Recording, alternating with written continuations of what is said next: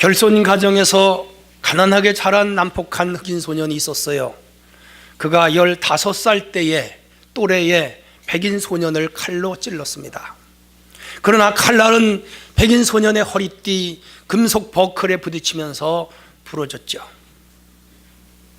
그때 그가 금속 버클을 하고 있지 않았다면 나는 교도소에 갔을 것이고 또 그는 병원으로 갔거나 죽었겠지 라는 생각을 이 흑인 소년이 하면서 전율을 느꼈어요.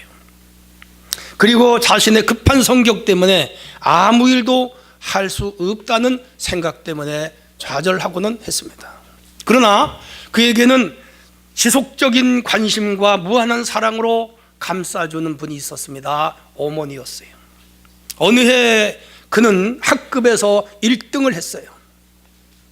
그런데 이 흑인 소년이 1등을 한 것에 대하여 편견을 가지고 있던 백인 선생님은 그 반에서 흑인이 1등을 했다는 이유로 백인 아이들에게 엄청나게 벌을 줬어요. 우리 교실에서 흑인 아이가 1등을 하다니 백인 아이들 너네들은 뭘 했느냐라고 혼나는 걸 보면서 이 소년은 평생 그 일을 잊을 수가 없었죠. 빌어먹을 놈의 세상, 열심히 해봤자 무슨 소용이람? 흑인은 실력이 있어도 인정을 받지 못하는 사회를 원망하면서 이 소년은 불량 소년들을 더욱 가까이 했어요. 그러나 아들의 아픔을 지켜보던 어머니는 포기할 수가 없었어요. 간곡하게 아들에게 불량 소년들을 멀리하고 열심히 공부하라고 심기일전하도록 격려를 주었죠. 어머니 사랑 때문에 이 소년은 열심히 공부를 했고요, 예일대학교 의과대학에를 들어갔습니다. 장학금으로 4년간 공부를 했고 졸업 후에는 의사 고시에 합격을 했고 미국에서 제일 유명한 존 홉킨스 병원의 어린이 재단, 어린이 센터에서 소아 의사가 됐습니다. 제가 2년 전에 이 존 홉킨스 병원에를 가봤어요. 병원은 허접한데 참 좋은 병원이었어요. 이 사람이 누군가? 벤 카슨이라는 사람입니다. 인터넷 가면 다 나와요. 세계 최초로 샴 쌍둥이 분리수술에 성공한 사람입니다. 유명한 의사죠. 책도 많이 썼고요, 세계적인 의사가 되었습니다. 그는 이렇게 말합니다. 사람은 누구나 장애물을 만납니다. 다만 성공하는 사람은 장애물을 발판 삼아 도약을 하고 실패하는 사람은 장애물 때문에 좌절을 합니다. 차이는 그것뿐입니다. 아주 쉽고 평범한 진리예요. 인생은 장애물 경기와 같아요. 장애물은 반드시 뛰어넘어야 되고 이 장애물을 넘지 못하는 자들은 좌절하고 인생을 실패해요. 2019년 한 해 살아가야 할 과제가 우리 앞에 놓였습니다. 한 해의 산을 넘는 게 녹록하질 않아요.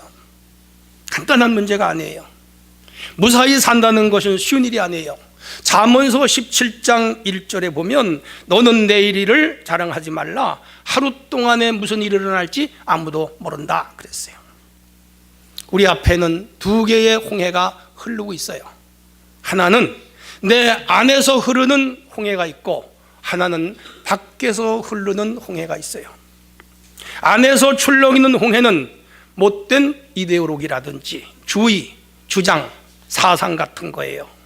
그리고 불안, 낙심, 좌절, 포기 같은 거, 이건 무서운 홍해예요. 밖에서 흐르는 홍해는 수많은 어려움, 재앙, 환난 같은 것들이죠. 이제 올해 우리는 이 홍해를 앞에 놓고 건너야 가나안 땅으로 들어가는데 이 인생 앞길을 가로막는 홍해를 어떻게 건널 수 있을까 하는 거죠. 오늘 14장은 애굽에서 나온 이스라엘 백성들이 가로놓인 홍해를 가르고 건너서 가나안 땅으로 들어가는 사건이에요. 오늘 홍해가 앞길을 가로막을 때 어떻게 이들이 대처했는가, 그리고 우리는 어떻게 이 홍해를 뚫고 갈 것인가를 본문을 통하여 은혜 받는 시간이 될 수 있기를 바랍니다. 첫째는 영적 지도자를 전적으로 의지해야 돼요. 13절에 나와 있어요. 모세가 백성에게 이르되 너희는 두려워하지 말고 가만히 서서 여호와께서 오늘 너희를 위하여 행하시는 구원을 보라. 너희가 오늘 본 애굽 사람을 영원히 다시는 보지 못하리라 그랬어요. 데이빗 시멘스라고 하는 분이 힐링 그레이스라고 하는 유명한 책을 썼어요. 그 책에서 은혜가 은혜되지 못하게 방해하는 은혜의 장애물 3가지가 있다 그랬는데, 그 첫째가 자기 의존주의예요. 이런 유형의 사람은 내 노력, 내 실력으로 무엇을 하겠다고 생각하는 사람이에요. 자신이 자신에 대한 의존도가 너무 높아요. 이런 사람은 결국 신앙의 실패예요. 왜? 하나님 필요 없는 거예요. 내가 나를 믿고 나를 의지하고 살아가면 된다는 인본주의죠. 예수 그리스도가 걸어가신 그 길을 이런 사람은 걸어갈 수가 없고, 교회나 말씀을 통하여 주시는 은혜가 수용이 안 돼요. 끝까지 자기중심주의자들, 사람은 은혜를 못 받는 사람이에요. 홍해를 못 건너는 사람이다 이 말이죠. 두 번째는 철저한 개인주의예요. 개인주의에 빠진 사람은 어떤 사랑도 수용을 못해요. 자신이 남을 사랑하지 않기 때문에 남의 사랑도 받지를 않아요. 무서운 사람들이에요. 이런 사람들은 그리스도의 사랑도 받아들이질 않아요. 십자가 사랑을 이해도 못해요. 교회는 다니는데 불쌍해요. 세 번째, 심각한 행동주의라 그래요. 행동주의에 빠진 사람은 자신의 경험에 집착해요. 누가 새로운 이야기를 해도 내가 다 해본 거야, 해봤자야 안 돼, 그러면서 자기 스스로 결정을 내려버립니다. 이 행동주의에 빠진 사람들도 아주 불쌍한 사람들이에요. 자신이 알면 얼마나 알고, 자신이 해봤으면 얼마나 해봤어요. 자신의 작은 경험을 절대화해서 다른 사람들의 경험이나 이론을 절대로 받아들이지 않고 커트해버리는 거예요. 이런 사람은 구속의 사랑, 구속의 은총, 하나님의 능력, 하나님의 은혜를 받아들이질 않아요. 이런 사람들은 자신 안에 있는 여리고보다 더 높은 장벽이 가로놓인 사람이에요. 그걸 깨트리질 못하는 거죠. 이 사람들에게는 홍해보다 더 무서운 홍해가 그 속에 가로놓여 있어요. 그걸 못 건너가는 거예요. 그리고 홍해를 건너면 더 좋은 세상이 있는데 그 세상을 경험을 못하고 자기 안에 갇혀버린 독에 빠진 사람과 같고 함정에 빠진 사람과 같다 그 말이에요. 이런 어리석음에 빠지지 않는 우리 성도들이 되어질 수 있기를 원합니다. 지금 이스라엘 백성들이 애굽에서 나와서 홍해 앞에 섰어요. 앞에 홍해가 출렁거려요. 서해바다 같은 바다예요. 뒤에는 애국 군사들이 전차를 끌고 뽀얗게 먼지를 일으키면서 파죽지세로 달려와요. 이걸 소위 진퇴양난 도가내든 쥐라 그럽니다. 자, 이런 상황에서 이들은 다음과 같은 행동을 해요. 본문의 내용이에요. 심히 두려워했어요. 둘째가 여호와께 부르짖어. 여기에 부르짖으면 기도가 아니고 아우성이 아우성. 세 번째가 모세를 원망하는 거예요. 우리가 애굽에서 가지 않겠다는데 왜 데리고 와서 우리를 여기에 고통스럽게 하느냐고 모세에게 따졌어요. 네 번째가 애굽에서 죽는 것이 낫겠다라고 과거를 떠올리는 그런 오합지졸 같은 존재들이었어요. 동서고금을 막론하고 인간들은 잘 되면 내 탓이고 잘 안 되면 남의 탓, 조상 탓, 그렇게 말해요. 이게 인간의 이중성이고 죄성이라고 하는 거죠. 우리 속에 다 있어요. 이들이 홍해까지 오는데 과정이 있었어요. 여러분 출애굽기 1장에서 14장까지의 내용을 잘 훑어보시면 이스라엘이 애굽에서 430년을 살아요. 요셉의 공로는 다 사라졌고 새로운 왕조가 들어서면서 요셉의 후손들, 즉 아브라함, 이삭, 야곱의 후손들 히브리 백성을 박해하고 200여만 명을 노예로 잡았어요. 강제 노역을 시켜요. 무일푼 노동을 시켜요. 이들은 종살이에요. 그들의 원망이 하나님께 달했고 하나님은 모세라고 하는 젊은 청년을 80년간 키워서 이들 지도자로 보냅니다. 바로가 이들을 보낼 리가 없지요. 그래서 하나님께서 그들에게 10가지 재앙을 내렸어요. 잘 아시는 재앙이에요. 피로부터 개구리, 이 메뚜기, 흑암, 우박, 무슨 이런 재앙이, 온역 같은 게 내렸고 마지막 재앙이 장자가 죽는 재앙이었어요. 애굽의 바로 왕의 장자도 죽었어요. 재미난 얘기가 있어요. 애굽 사람들 중에도 양을 잡아서 문설주에 피를 바른 집은 애굽의 장자가 죽지 않았고, 이스라엘 백성들 중에도 양을 잡지 않고 피를 바르지 않은 장자는 죽었다는 거예요. 그런 경험을 그들이 했어요. 그래서 6월절이 그 넘어가는 패스오버잖아요. 그런 경험을 하고 지금 모세의 인도를 따라 숫곳을 출발해서 그들이 쭉 나와서 에담을 거쳐 바알스본 맞은편까지 왔습니다. 여기가 홍해바다가예요. 그런데 지금 홍해바다가 출렁거려도 과거의 일을 생각했어야 돼요. 하나님의 10가지 재앙으로 우리를 구원했다. 모세의 능력의 지팡이에는 신기한 힘이 있다. 저분은 우리를 인도하시고도 남는다. 이런 믿음을 가졌으면 홍해 앞에서 이들이 두려워하지도 않고 아우성을 치지도 않고 난리법석을 떨지도 않을 텐데 그런 믿음이 없었어요. 지금 눈앞에 출렁이는 홍해바다만 봤어요. 지도자 모세만 따라가면 문제가 없는데 모세고 뭐고 없어요. 지금 우리가 죽게 됐다는 거예요. 소위 속된 말로 오두방정을 떠는 거예요. 왜? 그들에게는 믿음이 없어요. 우리에게는 과연 믿음이 있는가 없는가 돌아봐야 돼요. 이 시간에 내 앞에 홍해바다 같은 문제가 있을 때 나는 이들처럼 떨 것인가, 끝까지 하나님을 의지할 것인가, 우리 자신들을 돌아보는 시간이 되어질 수 있기를 바랍니다. 이들이 홍해바다 앞에서 취해야 할 행동이 있었다면 그것은 영적 지도자 모세를 전적으로 믿었어야 돼요. 그 말씀을 따르고 그가 지시하는 대로만 했으면 문제가 없어요. 그런데 이들은 영적 지도자를 신뢰하지 않아요. 믿질 않았어요. 오늘 이 지도자의 주장을 들어보세요. 모세가 하는 말입니다. 따라합시다. 두려워 말라. 두려워 말라. 두 번째가 뭐예요? 가만히 서 있어라. 예, 오늘 우리가 생각하는 것과 주의 종들이 가르치는 건 달라요. 어려울 때 가만히 있는 거예요. 그게 구원의 길이요. 세 번째가 여호와가 행하시는 구원을 보라. 하나님이 한다는 거예요. 왜? 여기까지 왔는데 과거를 보면 미래를 알잖아요. 그리고 애굽 사람들은 영원히 보지 못하리라. 저들이 파죽지세로 몰려와도 하나님이 저들을 친다는 걸 알고 있어요. 그리고 여호와께서 애굽 사람들과 싸우시리라. 12절에서 14절의 내용이에요. 이게 모세의 신앙이 얼마나 멋있어요. 지도자가 탄탄하게 튼튼하게 서서 좌우로 치우치지 아니하며 그 백성들에게 오직 하나님의 능력만을 바라보라고 강하게 힘주어 말하고 있는 거예요. 오늘 우리 신앙생활에서 중요한 것은 올 한 해도 홍해 같은 삶의 어려운 문제를 해결하며 살아가려면 교회의 지도자들을 신뢰하시기를 바랍니다. 영적 지도자들을 전적으로 신뢰할 수 있기를 바랍니다. 교회의 지도자들은 하나님이 우리의 영을 이끌어 주시도록 하나님의 권위와 능력을 위임하신 사람들이에요.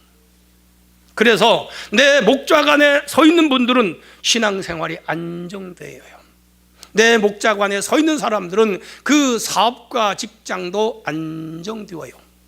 이 내 목자관에 서 있는 성도들은 그의 자녀들과 그 하는 일에도 하나님이 안정되게 이끌어가요. 그런데 교회관이 분명하지 않고 목자관이 분명하지 않은, 즉 영적 지도자들을 신뢰하지 않는 자들에게는 마음에 두려움이 있고 불안이 있고 불평이 있고 삶에 감사가 없고 생활에 안정이 없고 하는 일이 많이 어려워져요. 이게 신앙의 원리예요. 금년 한 해에도 영적 지도자들을 신뢰하는 우리 성도들이 되어질 수 있기를 바랍니다. 역대하 20장 20절에 보면 이런 말씀이 있어요. 여호와를 신뢰하라. 그리하면 견고하게 서리라. 그 다음이 중요해요. 그의 선지자를 신뢰하라. 그리하면 형통하리라. 할렐루야. 하나님 말씀이에요. 신뢰해야 돼요. 그러면 우리 삶의 하나님은 홍해를 가르시고 삶과 가정을 평안하게 이끌어 주심을 믿으시기를 바랍니다. 그런데 영적 지도자 중에 지도자가 있어요. 그분은 예수님이에요. 그는 길이요 진리요 생명이요 구원이요 우리에게 영원한 축복을 주시는 분인 줄로 믿으시면 아멘 하십시다. 마태복음 28장 20절에 보면 내가 너희와 항상 함께 있겠다 그랬어요. 바로 이거예요. 교회의 지도자를 의지한다는 것은 곧 예수님을 의지하고 하나님을 의지하는 거예요. 그런 삶을 가진, 그런 신앙을 가진 성도들은 그 앞길에 홍해가 가로놓여도 하나님이 가르셔서 무사히 그 다음 세계로 건너가게 하심을 믿으시기를 바랍니다. 자, 첫 번째 포인트에서 우리는 교회의 지도자, 영적 지도자를 의지해라 들었다면, 두 번째, 하나님의 지시를 따라 움직여야 돼요. 15절로 16절이에요. 그거 요약하면 부르짖지 말라, 앞으로 가라, 지팡이를 들고 내밀어 홍해를 가르라, 바다 가운데 마른 땅으로 걸어가라. 이 네 문장으로 만들어졌어요. 이 말씀을 들어보면 현실성은 없어요. 솔직히 말해서 홍해가 출렁 있는데 앞으로 나가라니 다 죽일 작정입니까? 그럴 수 있죠. 지팡이 든 손으로 바다를 갈라지게 하라. 과거에 물을 피로 만든 경험은 있는데 바다가 갈라진 경험은 없다 이거예요. 아유, 제가 그걸 어떻게 할 수 있겠습니까? 그럴 수 있어요. 홍해가 지금 출렁거리고 있어요. 그 바다로 지금 걸어가라는 거예요. 현실성이 없어요. 이 말씀을 받아들인다고 하는 굉장히 어려워요. 그런데 제일 먼저 모세가 이 말씀을 받아들였어요. 불가능한 것 같은데, 안 되는 것 같은데, 우리의 이성적 판단으로는 도저히 용납이 안 되겠는데 하나님의 말씀이 그렇게 하라고 할 때 그 말씀을 받아들였어요. 이게 모세의 신앙이라면 오늘 우리도 이 말씀, 주님의 지시를 따를 수 있는 믿음의 사람들이 될 수 있기를 바랍니다. 하나님의 말씀이 우리 이성과 상충되는 내용들이 많죠. 읽어보면 모순이 되는 내용들도 성경에 있어요. 그런데 그걸 믿어야 돼요. 옆 사람하고 성경을 그대로 믿읍시다. 여러분, 신앙은 과학이 아니에요. 신앙은 뭐지요? 그냥 신앙이에요. 천문학도 아니고 물리학도 아니고 수학도 아니고 지질학도 아니고 기상학도 아니에요. 과학이 아니라고요. 신앙은 인간의 모든 합리적인 사고를 뛰어넘어요. 이것을 4차원의 세계라 그래요. 물리학에서도 나온 이론이죠. 이것은 우리가 기적이라고 하는 말로 쓰고요, 혹은 기사라고 하는 용어로 성경에서 사용하기도 하며, 이변이라고도 하고, 일반 사회학에서는 불가사의라고 말합니다. 초월적 세계의 사건이죠. 홍해가 출렁이는데 그냥 발을 들어 놓으면 갈라진다는 거예요. 우리 이성으로는 또 이 지질하고 그리고 이 우주공학으로는 안 맞아요. 들어가라는 거예요. 여러분, 우리가 가진 성경은 다 이런 내용이에요. 그래서 믿음이 아니고는 접근을 못하는 거예요. 신이 인간으로 오셨다? 성육신이잖아요. 어떻게 믿어요? 신이 인간이 됐단 말이에요. 예수님이 그분이잖아요. 또 그분이 십자가에 죽었는데 3일 만에 살아났잖아요. 그게 이 지상에 있는 일이 아니잖아요. 또 그가 구름을 타고 하늘을 올라갔어요. 사도행전 1장을 보면 올라갔는데 왜 바라만 보냐 너네들아, 저분이 올라가신 것을 본 그대로 오신다 그랬단 말이에요. 이거 우리가 세컨드 커밍 재림이라고 그러는데 이게 믿음이 아니고는 안 돼요. 비행기를 타고 오거나 우주선을 타고 오거나 그러면 모르고도 이거 어떻게 구름을 타고 오냐 말이에요. 근데 잘 들으세요. 이게 성경이에요. 여러분, 천지를 말씀으로 창조하신 일도 불가사의, 홍해가 갈라진 것도 불가사의, 10가지 재앙으로 애굽의 왕을 무릎 꿇게 한 것도 불가사의, 여리고가 갈라진 것도 불가사의, 불가사의죠. 예수님 무리를 걸어가시고 5,000명을 떡 5개로 먹이시고 별별 희한한 일이 다 일어났는데 이게 성경이란 말이에요. 오늘 홍해바다도 그런 차원이에요. 아무리 깊은 홍해바다가 우리나라 서해바다처럼 출렁거려도 하나님이 가르실 때 그 바다가 갈라진 것을 믿으시기를 바랍니다. 이걸 누가 하셨어요? 이런 기적을 누가 베풀었어요? 하나님이. 하나님이 누구예요? 우리의 하나님이잖아요. 나의 하나님이시잖아요. 믿으시면 아멘. 모세의 하나님이 누구 하나님이에요? 내 하나님. 아브라함의 하나님 누구 하나님이에요? 내 하나님. 바울의 하나님 누구 하나님이에요? 내 하나님. 시공을 초월하여 지금도 역사하시는 우리 하나님인 것을 믿으시기를 바랍니다. 앞에 홍해가 있다 이 말이에요. 여기서 홍해는 장애물이에요. 오늘 우리 앞에 큰 홍해 같은 큰 장애물이 출렁거린다 하더라도 하나님의 말씀이 앞으로 나가라, 믿음으로 나가라, 내가 너와 함께 한다, 내가 너를 도와준다, 내가 너를 지켜준다, 내가 너를 이끌어준다, 말씀을 믿고 그냥 나가세요. 그러면 그 홍해가 갈라질 줄로 믿으시기를 바랍니다. 그로부터 40년 후에 이스라엘 백성이 요단강 앞에 왔는데 우기철이라 요단강이 한강물처럼 차고 넘쳤어요. 근데 하나님께서 거기서 또 여호수아를 통해서 그냥 들어가, 법궤를 메고 들어가. 그래서 들어갔더니 바다가 강이 쫙 갈라진 거예요. 여러분, 홍해나 요단강 또 가로막고 있던 여리고 같은 것들은 이스라엘이 가나안으로 들어가는데 난공불락의 장애물들이었어요. 근데 하나님이 다 제거하여 주시고 들어가게 하신 줄로 믿습니다. 성경에는 병든 자가 있느냐 기도해라 그랬어요. 아픈 분들이 있어요? 그냥 기도하셔. 병원도 가고 약도 먹지만 기도를 더 세게 하세요. 아멘 하신 분만 치료되세요. 여러분 올해 기도 열심히 하시기를 바랍니다. 구하라 찾으라 두드리라 그랬어요. Ask, seek, knock.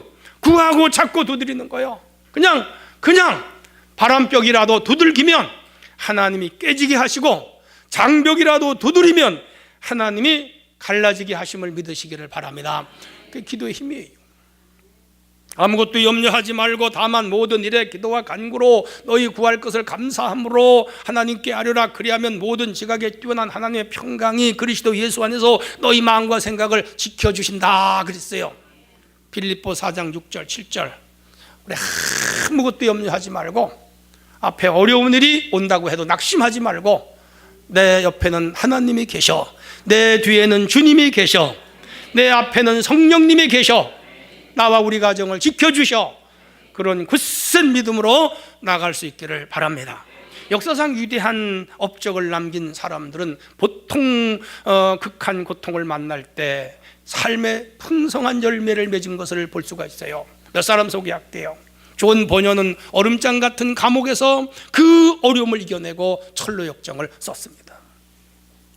파스투르라고 하는 사람은 그 발신불수였어요. 그 질병으로 고통을 당하면서 인간의 면역 체계를 어떻게 강하게 할 수 있을까를 연구하다가 소위 파스테르 우유를 개발한 거예요.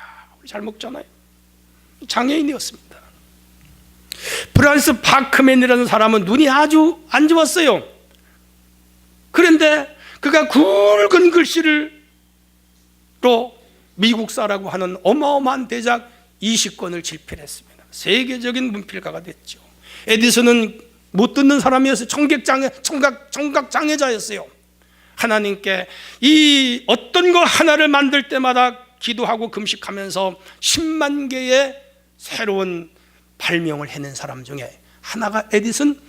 이 필라멘트도 만들었고 축음기도 에디슨이 만들었습니다.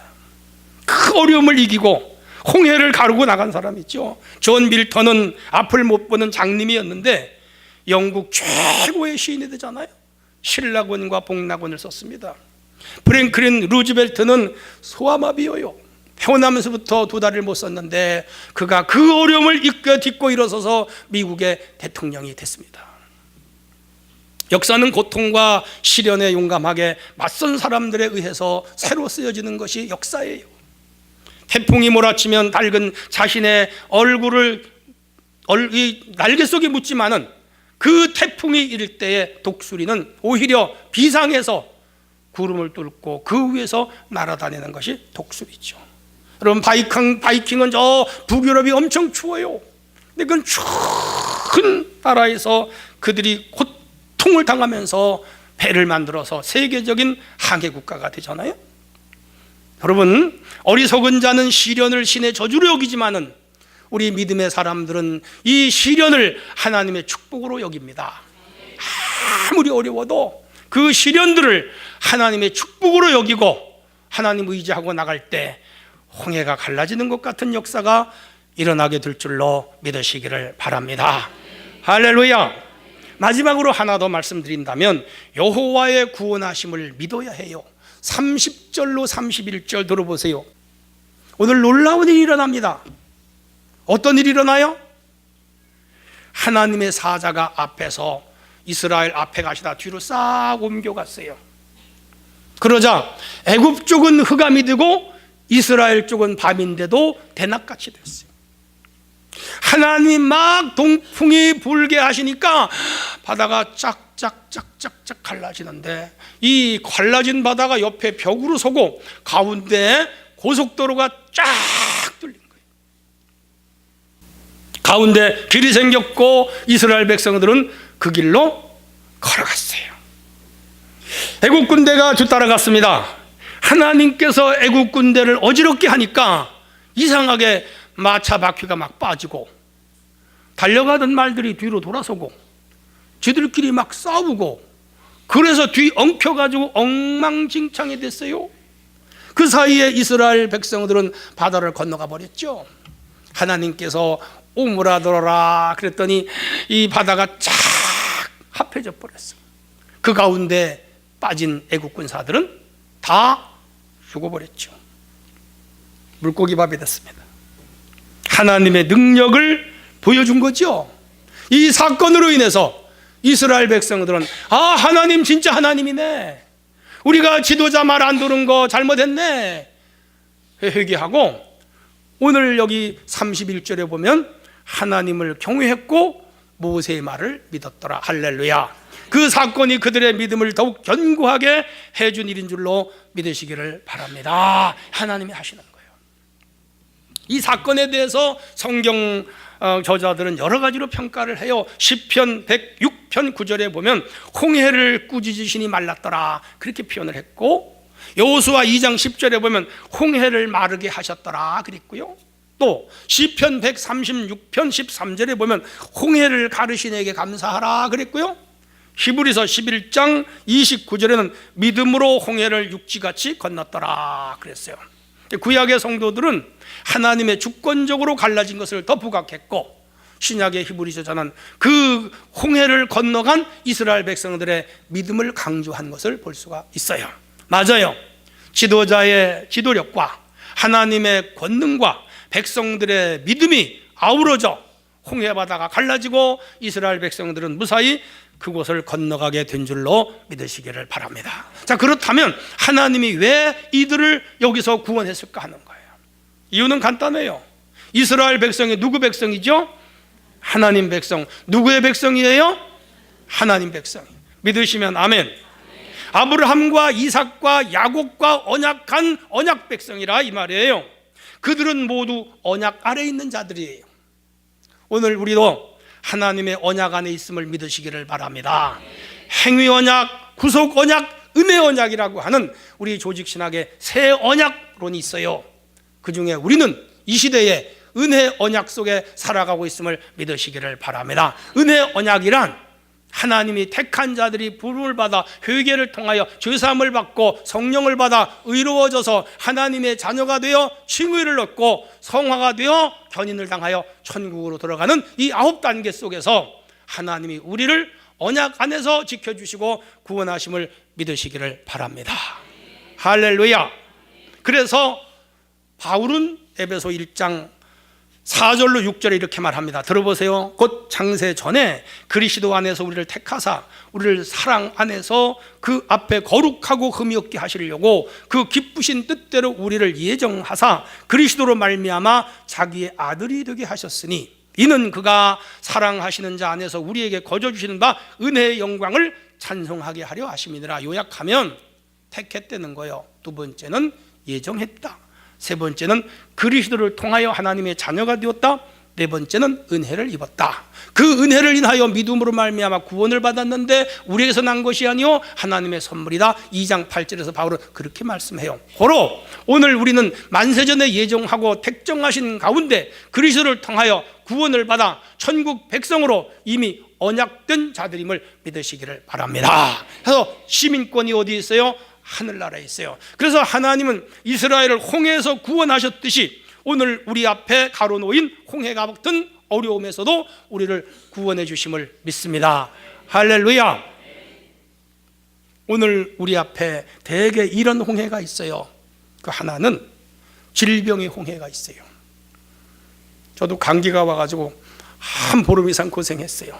감기니까 다행이지 더 큰 병이면 고민이 되겠죠. 그래도 어떤 질병이라도 하나님은 그 질병의 홍해를 가르고 건너가게 하실 줄로 믿으시기를 바랍니다. 물질적 어려움이 가로막을 수 있어요. 경제적으로 오래 많은 어려움이 있을 수도 있어요. 사회적으로 불안할 수 있어요. 걱정하지 마시고 하나님 의지하면 그 물질의 불황도 타개하게 하실 줄로 믿습니다. 사업을 하시는 분들 어려움이 와도 홍해처럼 가로놓였어도 두려워하지 말고 하나님이 나와 함께 하셔 나를 지켜주셔 나를 인도하셔 우리 가게를 지켜주실 거야 우리 사업을 보호하실 거야 그런 믿음으로 나가시기를 바랍니다. 하나님 반드시 도와주실 줄로 믿습니다. 가정에 풍파가 일어날 수 있어요. 남편이 속을 썩이거나 아내가 힘들게 하거나 자녀들이 가정에 어려움을 줄 수도 있어요. 하나님 택한 자녀들은 그래도 하나님이 보호하시고 책임지셔요. 두려워하지 말고 오로지 언약의 하나님만을 바라보고 나가시기를 바랍니다. 홍해를 가르시고 요단강을 가르시고 여리고성을 무너뜨린 주님께서 우리의 앞길을 열어주실 줄로 믿습니다. 사회적인 불안정, 정치적인 어려움, 각종 사고나 재해, 마음속에 일어나는 불안한 요소들, 죽음이나 또 전혀 뜻하지 않은 삶의 고통들이 올 수도 있지만 이런 홍해와 같은 장애물들을 우리 주님이 걷어주시고 갈라내주시고 그 마른 길로 걸어가시도록 인도한다고 하는 굳은 믿음을 갖는 우리 성도들이 되어주시기를 바랍니다. 할렐루야. 결론을 내릴게요.